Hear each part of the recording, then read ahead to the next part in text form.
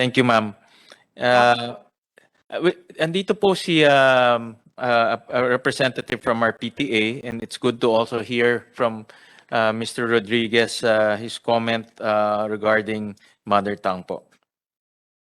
Magandang araw po, Senator Ruin. First of all, we would like to thank you for our Valenzuela Education 360 Degrees at saka po yung ang inyo pong ginawang batas na yung PES, Parent Effective Service, yung po ay kombinasyon po ng mga PTA law na nakabinbin po na madalas pong i-present po dito sa Senate at hindi po na-approvean. At napakaraming salamat po. Okay po. Ang sisigundahan ko lang po yung sinabi ni Kanen Gatchalian ng Sinergia, Okay po, siguro i-introduce na po natin yung ating tawag yung tri-language, karamihan po din kung sa sinasabi po natin yung mga bata kumakanta sila ng mga English, ng mga pero hindi po sila nakakapagsulat. So yun po yung natin. And then ang ay tuloy po natin yung yung ating K-3 tulad nga po sa Japan, ang tuturon sa Japan po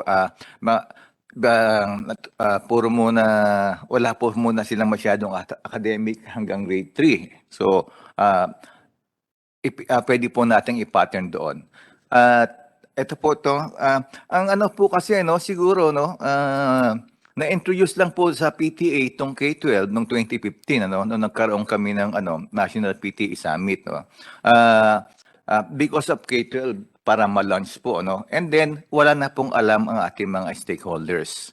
So siguro po ang po dito tulad ko po marami pong bagong salita tulad ng K3 at itong ating kung ilang po ilang lingwahe kung ako po ay wide reader, siguro po ang ating mga PTA sa nationwide ay wala pong alam. Tulad po nung aming survey ginawa kung itutuloy at pag-aaralan ng ating K12, ang mga sumagot lang po doon ay puro taga NCR. So out of 7,000, so 82% hindi po dapat ituloy. Pero kinitest po namin na dapat pag-aralan ng gusto. So dito po natin nakikita at tama po yung paninimula, yung ating pag-aralan tong ating K-12, dapat po mai-share po to sa mga magulang. Okay? Ang po kasi at ang National PTA po is ang nationwide parent teachers po yan Okay? Kami po yung nagsisilbing information communication services ng ating mga PTA sa buong Pilipinas, ginamit po namin yung National PTA. Nararanasan ko po doon karamihan po ng ating mga PTA ay minsan hindi po marunong magtagalog o magpilipino. So ako naman po hindi naman ako linguistic. Mas linguistic yung mga nasa probinsya. So kaysa sa mga Tagalog, Okay. Ang po isa po dito sa ngayon po para ito mai-share ko po ito sa ating mga PTA president at napakalaking pasasalamat po na naimbita po kami dito at nabigyan po ng boses ang ating PTA, ang ating stakeholder, At saka ito po, ang ginagawa po namin ngayon is nire-register po namin ang CSO, 81 provinces, 141 cities, 1,400 municipalities to be member of CSO accreditation PTA ng ating mga local government para po mapalakas ang ating mga PTA. Ang involvement po kasi ng PTA sa DepEd is ang duties lang po namin is maningil. Wala na pong iba.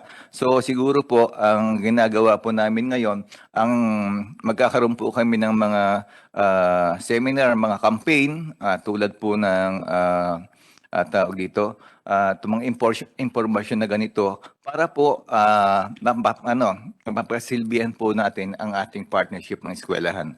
Ito po yung isang sinabi sa akin ng aming kasama si Dr. Moreno, no. We support the mother tongue based implementation purposes, but we need to support all the mechanics and needs for its full implementation and processes, especially the exposure of our student before and during pandemic, and now to our newly face-to-face classes. If this program will be continued, we need to evaluate or assess the materials and other needed and updated trainings of educators for the program.